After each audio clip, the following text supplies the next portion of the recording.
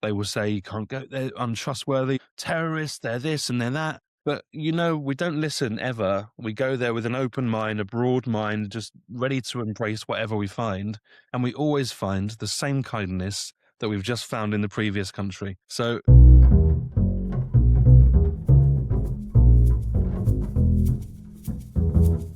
All right, welcome to today's Explorers, a series dedicated to sharing the inspiring stories and varying perspectives of those who have chosen to seek out life-changing adventure. On the line, I've got Lucy and Ben. Hey, guys. hello, how you doing? Maybe you could set the scene for us. Where in the world are you? We are in sunny Cornwall in the southwest of the UK.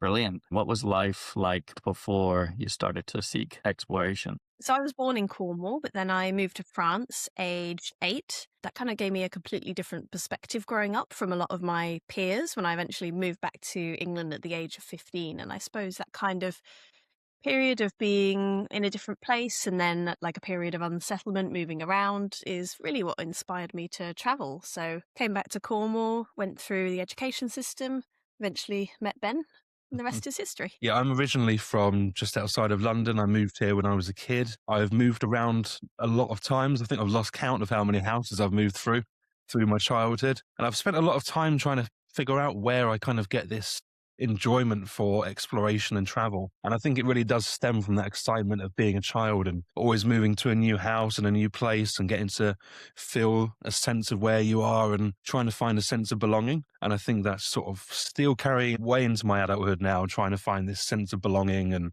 this sense of adventure somewhere. Yeah, that makes sense. I mean, we're all born the same as babies, and instantly we're exploring things and trying things, and that just kind of feeds into our adult life, which oftentimes we can get trapped into the 9 to 5, less exploration. But I think the whole point of Explore More is to encourage people to get out there and venture. Do you guys have any special skills that you have used on your adventures? This is an interesting question. We've had a good think about this. And honestly, I would say for me, probably not. I am not what you would call like a mechanic, or I don't know. I don't really have that kind of skill set. You're definitely more of the mechanic and I'm more of the I'll cook dinner while Lucy's fixing the engine kind of person.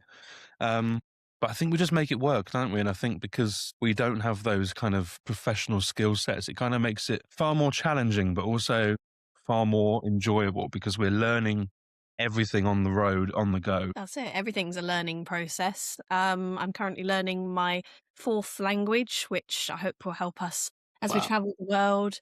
I'm also learning what I'd refer to as bush mechanics, not, formal mechanics, but how can we bodge this together and get this engine going again with a bit of duct tape and a plastic bottle. And I think that is part of our lives, but also part of travel is just this constant quest for knowledge and understanding. And how are you going about getting that knowledge? Is it YouTube videos or formal courses or? My dad is a mechanic, has been since he was young. So basically every time something breaks on the van, he either shows me how to fix it or he's on the end of the phone and I'm going, Dad, what's this strange noise? And he's like, oh, I think it's this. And sort of talking me through it. So it's very much kind of hands-on experience. When something goes wrong, it's a learning opportunity. I think, when things used to go wrong mechanically, we used to get really, really worried and think, oh no, this is the end of the journey. We're going to have to turn around and go home and it's all over. But now we kind of just take it in our stride and I would almost say enjoy the hard times when things go wrong because we're like, right, this is a challenge. Let's pop the bonnet and see what we can figure out. And we're getting a lot better at this ourselves. So I think that's just like,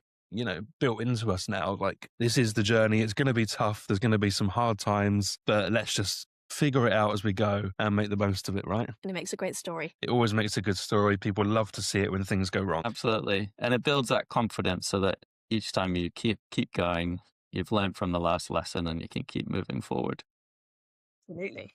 Brilliant. So where have you guys explored so far? We've travelled across 34 countries now, most of which is in Europe, but also bordering on Western Asia. We started travelling in 2016 and continue to travel for the next 10 years or so in our van. We basically started off on a big summer holiday, didn't we, around Western Europe and France, Spain and Portugal, and then just gradually pushed further and further east because that's where the kind of more adventurous side of travel lay for us. Yeah, I think there's been a couple of really pivotal moments, hasn't there? Like the first journey we took away was definitely just a summer holiday, and we ended up getting broken into, and quite a lot of our stuff was stolen, and we had a smashed window, and we were like, damn, do we just give up and go home, or do we try and sort of persevere through this? And it was like, it was so close to just giving up and going back to the sort of humdrum of daily life. But we were like, no, no, no, let's try and get this fixed. And we managed to get it fixed really roughly, the window. And we carried on. We went to Italy. We had a great time through the winter. And that was like a real turning point for us, because I think we realized then we could have missed out on a really good story and a really good journey had we given up at that moment. So since then, we've never even considered giving up, have we? Everything is fixed on the road. Every kind of problem is solved. Once we're out there, we are there. There is no concept of returning home and giving up for us. Yeah. What would be your top 3 next destinations you definitely want to explore? This is tricky. So our next journey is actually that we're going to be driving to India from Oh, wow. Cornwall. It's like this journey that we've always had in the back of our minds for many years now. It just feels like something that naturally we would do one day, and now the journey's finally upon us. But it's not just about the A to B point, it's about everything that's in between. And many of those countries are places we've dreamed of visiting for so long. For example, Kazakhstan, I know, is not probably top of many people's lists, but it's this kind of like sweeping emptiness that we expect to find there that's really drawing us there. Fascinated by like nomadic lifestyle and people living out in the most far-flung places. So this is where we want to visit. And Kazakhstan's a huge appeal. It's such a vast country with such open nothingness. It really, really appeals to our sort of adventurous and slightly, dare I say, introverted side, I think, doesn't it? And then for you also really wanted to travel to Pakistan. That was top Yeah. of your list. And then not on the India journey, but I feel like my ultimate goal would be to explore both Mongolia and Siberia. Locations that are really just calling me for some reason that I can't really express just yet. Yeah, that makes sense. And a follow-up question, like in regards to pace of exploring these places, like what's your pace for staying in a country? Because there's always that feeling of like, oh, get to the next place, but how do you find that rhythm? We never really have that, actually. I think we've always been about slow travel. I think initially it started just purely because we didn't have a lot of money and we were trying to budget. So using a very small amount of fuel every day meant that we kept within our sort of daily budget that we had allocated ourselves. So initially that was what kind of pushed that slow travel movement for us. But then we realized, it's very easy just to drive past everything and miss a whole heap of really cool stuff. So we've found that slowing down, you just get to feel the pace of the country. You get to see the sides of the country that you wouldn't see just driving along the motorway from point A to point B. We try not to have too much of a plan and just kind of go where we feel is right at the time.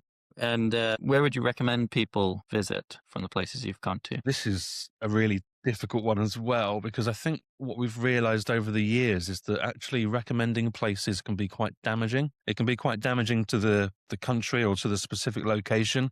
And it can also be quite damaging to the person's individual adventure, because I think you really have to find these places for yourself to figure out what it is that you actually enjoy. I think it's so easy now in a world where everything is online just to be kind of almost have your trip curated for you by like, this are the top places you must visit, blah, blah, blah, blah, blah.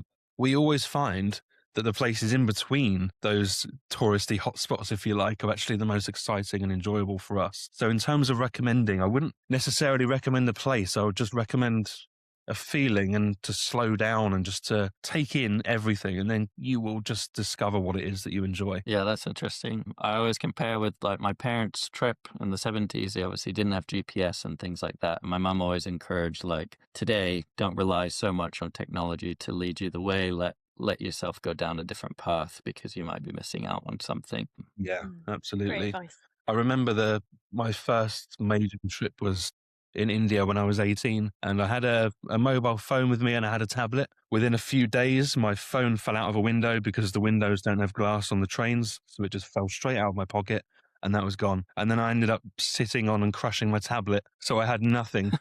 But it was so liberating to have no technology.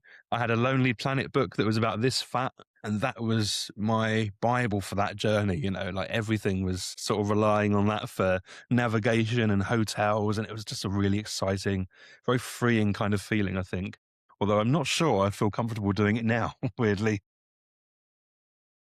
Yeah, definitely. It's good to know the basics, though, like learning to read a map and things like that, so that in those instances, you can rely on that. Definitely. Mm. Let's talk about your vehicle then. What do you drive, what year it is, and any modifications you've made? At this particular moment, we're actually between vans. So for the last 10 years, we've travelled in our LDV convoy. It's a 2002 British van, defunct. They don't make them anymore. It's given us both incredible headaches and incredible joy over the last 10 years and taught us so much. I love that van. It's a love-hate relationship, but we really wanted to pay homage to it. It didn't feel right that when it retired, that would be kind of it. So we went out and bought its granddad, a much older van. It is a Freight Rover Sherpa from 1988. And we were inspired by our old van's adventures and just what it was actually capable of if you just put enough kind of time into it to fix it and keep it going. It was genuinely inspiring, and we were inspired by this author as well, called Phil Llewellyn, who actually took a Sherpa van to the Himalayas in 1978. And it kind of sparked this idea when we read that story of, I wonder what it would be like to do that journey in that van now. 40 years on or 50 years on from the original journey, it was this like bit of a crazy idea because I know most people would A, upsize and B, go for something a bit more modern and comfortable. And we've gone the complete opposite way because we just want something that's really simple, that's analog, mechanical. We're not going to have these funny electrics and stuff, throwing up all sorts of problems. It's something that can be fixed anywhere in the world. And it's just big enough to be our house, but just small enough to get as many places as possible. And what's the layout like inside? Still undecided. It's shell right now. We stripped out a perfectly fine camper van conversion inside because we weren't happy with the layout and we thought it looks a little bit too retro and the space wasn't utilized. This is going to be a long 1-2 year journey, so we need to make sure every inch of that van is utilized to its absolute best. So at the moment, it's empty and we Yeah. are still deciding on the layout. And I imagine it's two drive, right? How are you thinking about? Yes. Yeah. Interestingly, we're not keeping the van as original. Okay. They made a very limited run of 4x4 versions of this van in the 80s, and those are so rare now. But we've seen the images of them, and we really took inspiration from that in deciding to make our own 4x4 van. Wow. It seemed like a natural progression of wanting to explore more and really get out there and being limited by our old van. So we have removed basically everything from the van, the engine, the suspension, the axles, and it's going to be all replaced with Land Rover parts. And the reason for that is that Land Rover is globally available. It's got a reputation for being maybe not so reliable, but definitely repairable and simple. And it just fits with our ethos of travel. So this van is going to push us to go even more places than before. That's brilliant. Wow, that's very exciting. If you think about the equipment that you're bringing with you, like what's your top 5 pieces of equipment you always have to have when you travel? We had to think about this, and I'm not sure it would be strictly anything overly technical. I think cameras for us is number one because we're photographers, we're videographers, we capture and tell stories, and for us there would be no purpose to travel without that. Something basic like a Leatherman or a Swiss Army knife, mostly for the tin opener. And then we always say that there's not many places that some duct tape, some WD-40 and a can of Easy Start can't get you when you're traveling in a van. I think we have become very minimal in our travel and how much we pack. When we first started out, we overpacked the van completely. We had everything in there from like inflatable kayaks to all this stuff that we would never use. And then gradually we pared it back until one day we were still outside our van going, is this it? Is this all we're taking? And I think it can be so easy to overpack and overprepare thinking I'm not going to be able to get this wherever I go. And then we've realized that, every country has access to basically the same kind of things. If you need something, you can find it within that country. You can adapt as you go. And just starting out with minimal preparations, I think kind of makes the journey a little bit more interesting for us. I think I would say the only thing you can't really get abroad is decent baked beans. Everything else is widely available. We do take a little bait. Yeah, good supply there. Yeah, that's interesting because, in today's technology, everything can be shipped anywhere. You can, if it's not available locally. And it's interesting how we do tend to fill our houses full of all this stuff that we don't really need. And when you do go through a good sort out, it feels very refreshing to be like a lighter weight. So, and especially when you're traveling, weight is a consideration. Interesting. Okay. create a need, don't we, for a lot of things. We'll always find a way to justify buying something online, or I need Yeah, this. And then when you travel, that need is completely gone. It's just you've got what you've got, and May do. that's it, kind of thing. Yeah, Yeah. make do. for sure. Brilliant. And now we're going to move into what I call the reflecting questions. What inspires you guys to explore? You want to go? And then you go first. It's quite a difficult question, really. I mean, on the one hand, I think both having childhoods where we moved around a lot naturally gravitated us towards kind of being unsettled and being on the road. And I think it's this idea of sitting still and being static is very understimulating for us. We're constantly craving novelty and experiences and just a full life of, stories and adventures and things. And I think really it can be built into all of us to want to travel. It's just whether you're kind of suppressing that need in favor of comfort or modern conveniences and stuff like that. Did you want to add to that? No, I think you nailed it. Oh, really? Okay, I thought you wanted to. How do you guys engage with other people? On the road, I think this has changed a lot since we first began traveling. When we started out 10 years ago, I think we were quite shy. We didn't really speak to a lot of people, mainly because of a language barrier. And I think coming from an island where we seem to be more and more cutting ourselves off from everyone, it almost feels built into you to be really suspicious of everyone around you. It wasn't really until we discovered hot springs that we became a little bit more sociable, because you're in the pool with a bunch of strangers basically naked or just wearing very little. You're all very, very equal in that situation. And I think that kind of really just like pushes you to be out of your comfort zone and start talking to people a bit more. And then we realized that actually this is like really valuable for everyone involved, because you can share a bit of your culture, share a bit of your knowledge, and it's really fascinating to find out from the local people why they enjoy using these places, and then they might invite you back to their house or invite you to go and visit some really cool places that only the locals know about. And I think from there something just clicked, and we're like, no, this is the way to do it. We have to meet as many local people as possible. This is like how you get the most out of the journey, I suppose, isn't it? It's so important to, we just say yes to everything, accept every invitation.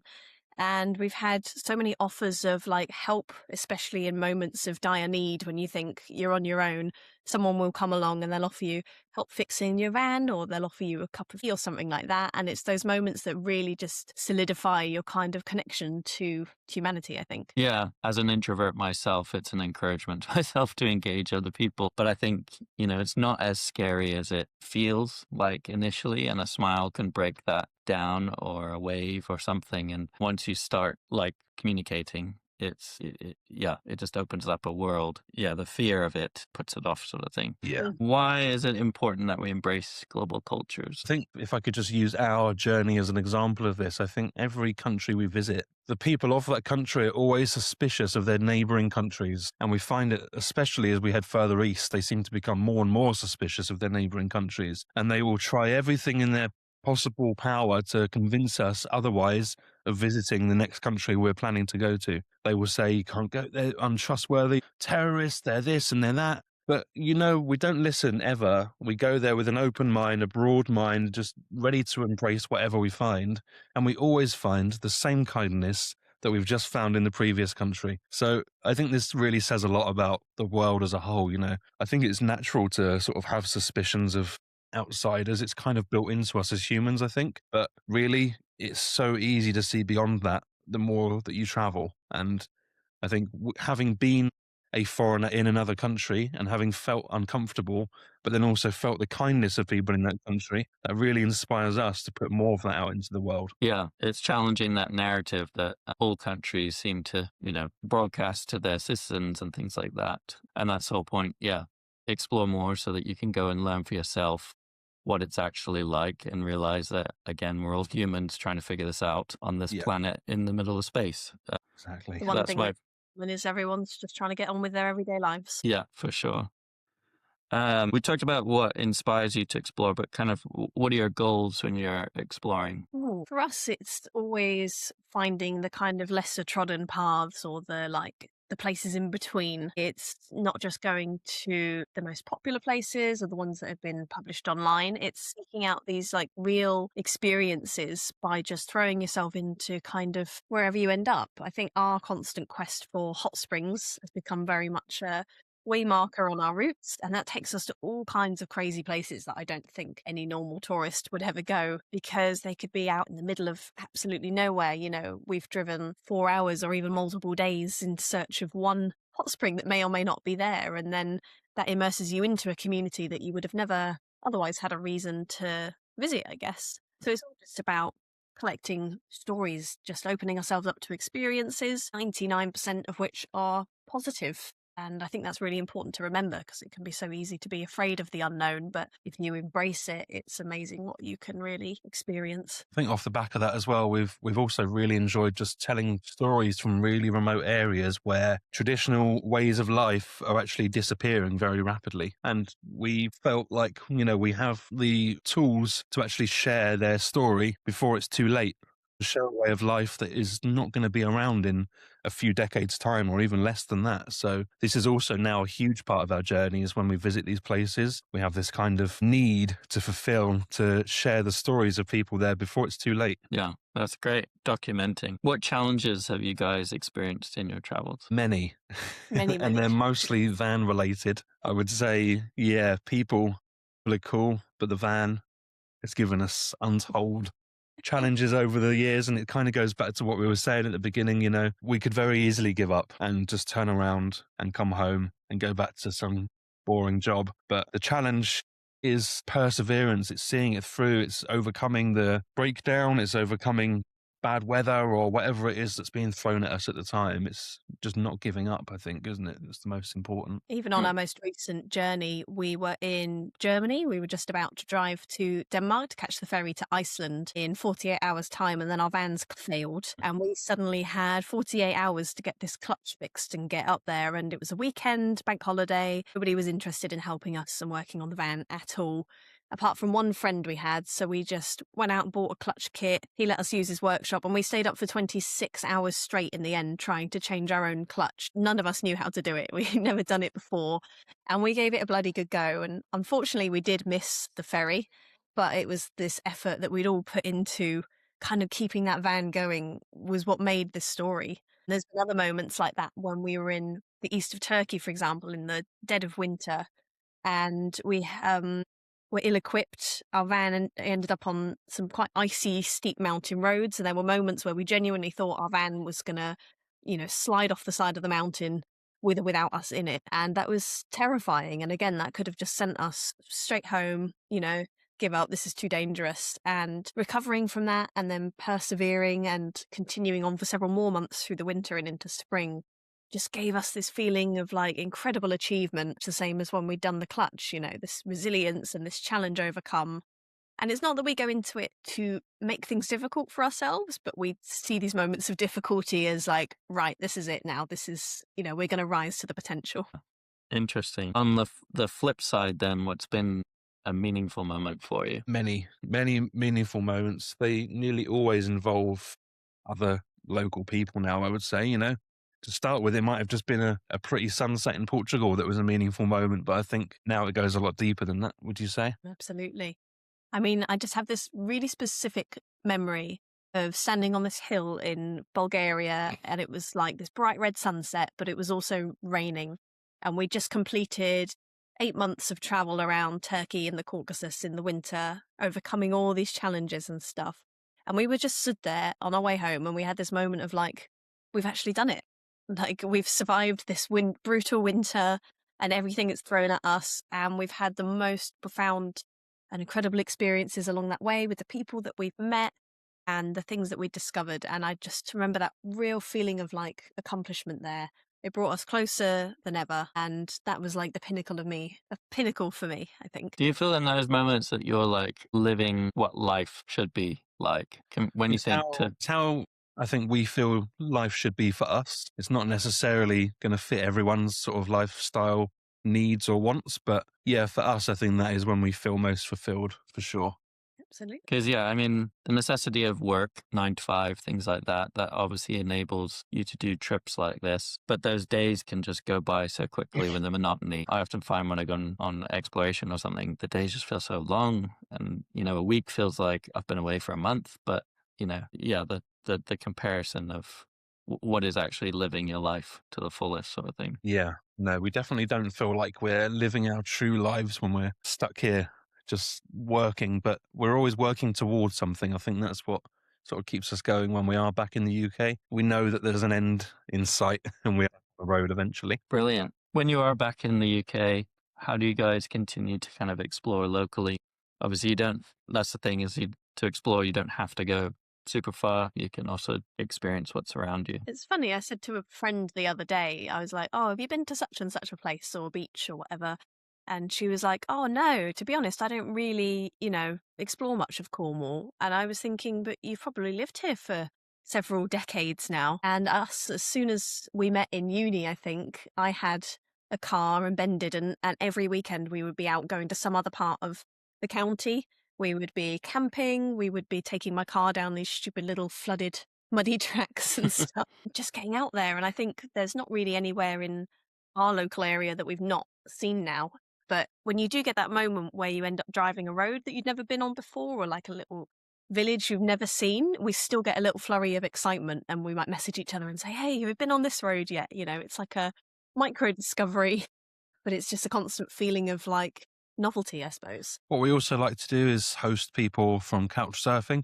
It's been a thing that we've done for, well, as long as we've known each other, and I did it long before that too. I think it's just really nice to, whether we're traveling or not, to be involved in that kind of world, so like if we're not out somewhere, we want to host people who are doing a similar thing to us, and we get to show them around our local area and share some knowledge and learn some stuff from them, whether it's cooking or language or some idioms or whatever it is. Like, we just really love to be around other travelers as much as we can. And when we're not traveling, it's like the world comes to us. That's brilliant. Yeah. We've broken it down, but Explore More has a mantra, which is explore more of the world, engage with others, and embrace global cultures. When you hear that mantra, what does that make you think of? I suppose it immediately makes me think of some conversations that we've had with our friends back at home. They are people that don't really travel so often. They're probably more inclined to take holidays and things. And I think it's really easy if you follow social media, if you follow the news, it's everywhere now. It seems like everyone is just trying to divide us in this country. There's so much negativity. There's so many alternative points of view, let's say, some of which are harmful. And I think we see people that we know becoming more insular and more closed off and more narrow-minded, and that feels completely at odds with us who are constantly trying to expand our horizons. So when I saw the mantra, it made me think of how even a small dose of travel can be extremely beneficial for other people. You don't even have to travel to another country. You just need to go to a different area and get talking to people from different nationalities, different cultures, different religions. Even just your neighbours. Yeah, even that's it. It's so easy to be closed off and feel like you're connected to the world because you're online, but really it's a facsimile of true connection in the real world. Yeah. Again, it's that fear, the fear of the unknown. But then once you do it, you do a little bit at a time, that confidence builds. And the whole point, your perspective widens, and then you're educating yourself and learning more and more. That helps that confidence to feel less fearful. Definitely. Absolutely. What advice would you give to others, maybe thinking of your friends who might want to start looking at seeking life-changing adventure? I think the most important, I didn't need to check the note. The most important thing definitely is just to say yes more and to every or as many opportunities as you possibly can, because I think it does get harder to push yourself out of your comfort zone the older you become. I feel already some resistance sometimes within myself, but I think it's really, really important to push that away and just keep saying yes, because we've had the most incredible opportunities from just that one word. So I think, if I was to tell my friends anything, it would be to just keep an open mind and say yes to every opportunity you get. You do not know where it's going to lead to next. And that in itself is a very exciting concept. I mean, even when our friends occasionally have come to visit us and spend a few days living our lifestyle and traveling in the van with us, they've said unequivocally that they've come home 100% happier than when they left, just because of having that space to explore a bit more and just disconnect from what you think is important. Your priorities at home end up being completely different to your priorities on travel, and you wonder why you were so caught up in everything in the first place. Yeah, for sure. Brilliant. Well, I've got the last question, which is basically to give you the floor and ask you, how can other people continue to follow your adventures and be inspired? So yeah, we're currently working on building our new old van, the 1988 Freight Rover Sherpa. So we're going to be documenting the entire build process of that on our YouTube channel and social media, and then the eventual adventure to India as well, starting right here in Cornwall from Land's End and then ending at the Land's End in southern India, which is going to be about 15,000 miles. So we're documenting that across our socials, and we're also eventually hoping to make like a feature-length documentary about it. Yeah, and you can follow us on From Rust to Road Trip on Instagram, Facebook, TikTok, YouTube, whatever it is, we're going to be there. Brilliant. I'll make sure to add that in the description of the video. But yeah, this has been really great to understand you guys' story and perspective. And thank you so much for coming on to the podcast and YouTube. Thank you very much for having us.